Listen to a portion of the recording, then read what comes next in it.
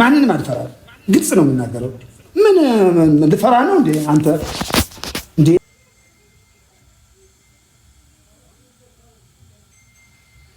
ማታ ላይ ባሪፍ ቪዲዮ ነው የሚመጡልን ብዬ ተናግሬ ነበርና እንደተናገርኩትም ሆነ ማለት ነው።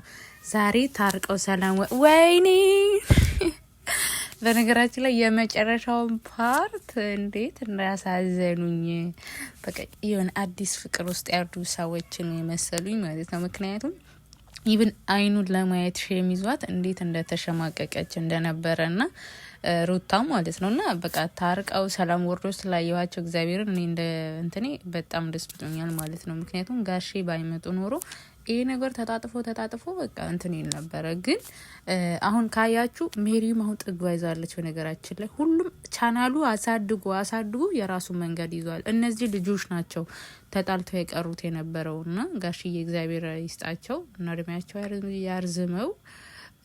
እርሳቸው ባይመጡ ኖሮ አይታረቁም ነበረ።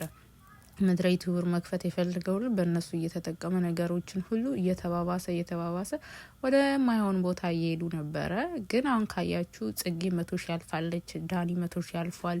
ያቺ ራሱ 50 ሺህ ምናምን ገብታለች። ይሄ ከትላንቱ ላይ የመጣው ልጅ ራሱ ማነው ስሙ ይሳቅ ነው። እሱ ራሱ ስንት ሺህ ነው የገባው። እና አስቡ በትንሽ ጊዜ ውስጥ እነዚህ ልጆች በእነሱ ምክንያት ሆነ በማደጋቸው እንደ እንትን ደስ ይላል። ግን እነሱ ያለው ነገር ውስጥ እየከተቷቸው ነበረና ብቻ ዋናው ነገር ሰላም አውረዱ ነው። ሰላም አውረደዋል፣ ታርቀዋል።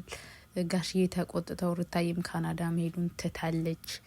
እንግዲህ ስለተወች ነው ሰላም የወረደውና አብርሽ ራሱ ሸሚዞት እጇን እውነት እጇን እየሳመው እንዴት ሳቄ እንደመጣና እንዳሳዘነችኝ እሷ አሳዘነችኝ። በሱ ደግሞ ሳቄ መጣ። ለምን በቃ ለረጅም ጊዜ ተነፋፍቀው ነበር።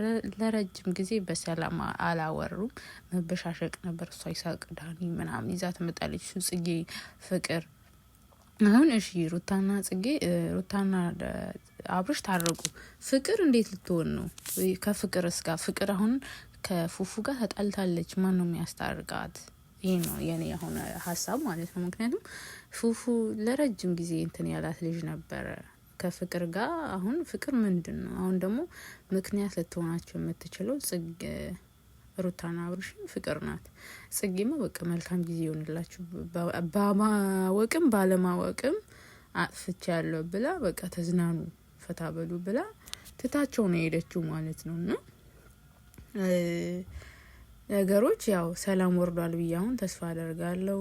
ምክንያቱም ጋሽዬም አስታርቋቸው ከጨረሱ በኋላ ሄዱ ማለት ነው።